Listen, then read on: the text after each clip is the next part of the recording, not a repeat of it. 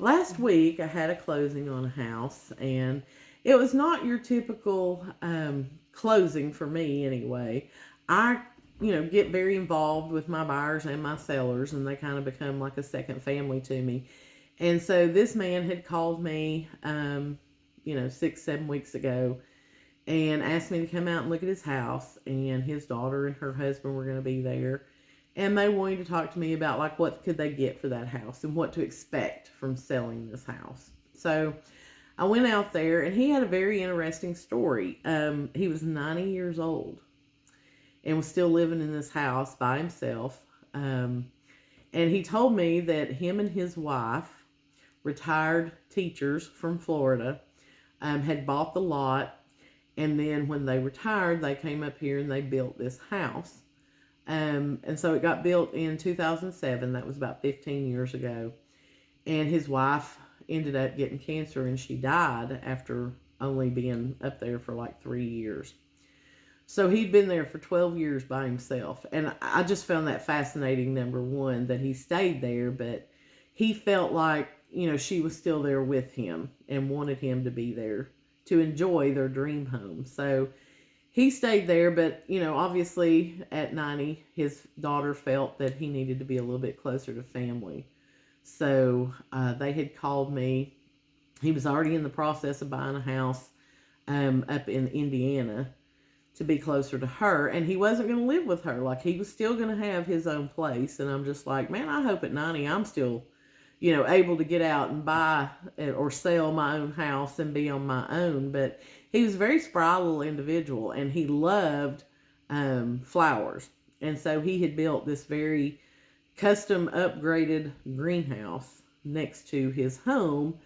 And that was one of the questions they had for me. Do you think that's going to be a detraction? Do we need to tear it down? What do we do about this greenhouse? And I told them, I don't really know that it's going to add any value to your home, but I would just leave it there.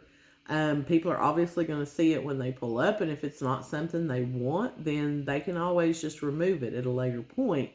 But the particular subdivision this home was in, it's a very natural habitat. Like, it's very wooded. It's down near the lake, and there's a ton of deer in this subdivision. So there's not a ton of gardening that goes on there, but I know some of the people in there had tried to have a small garden for some tomatoes or this and that, and of course the deer eat it. So it's very hard to have a garden. So I told him, I said, there's going to be somebody who may want to grow their own little garden, and they find that the deers are not going to let them have it. So I said that greenhouse would be ideal for somebody.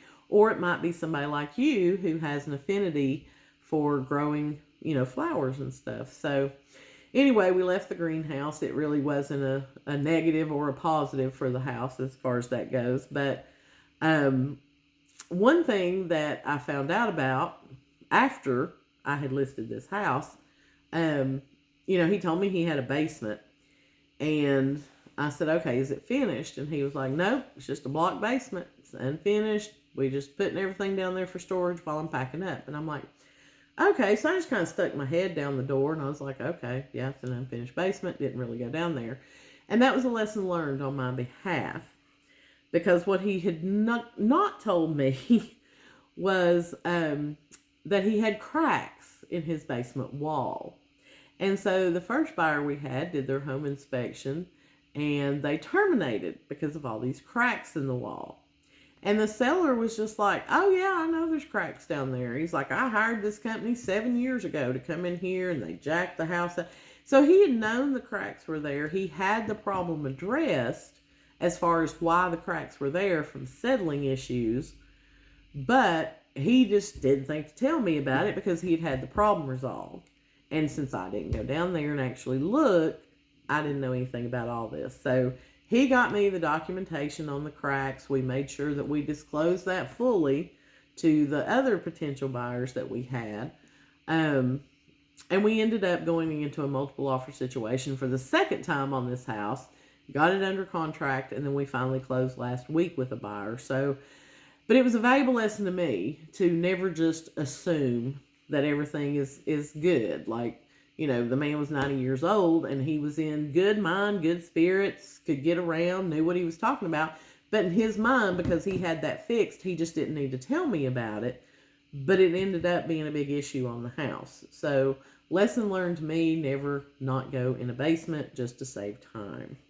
I'm Amy Schrader with RE/MAX Real Estate 10. I look forward to talking real estate with you.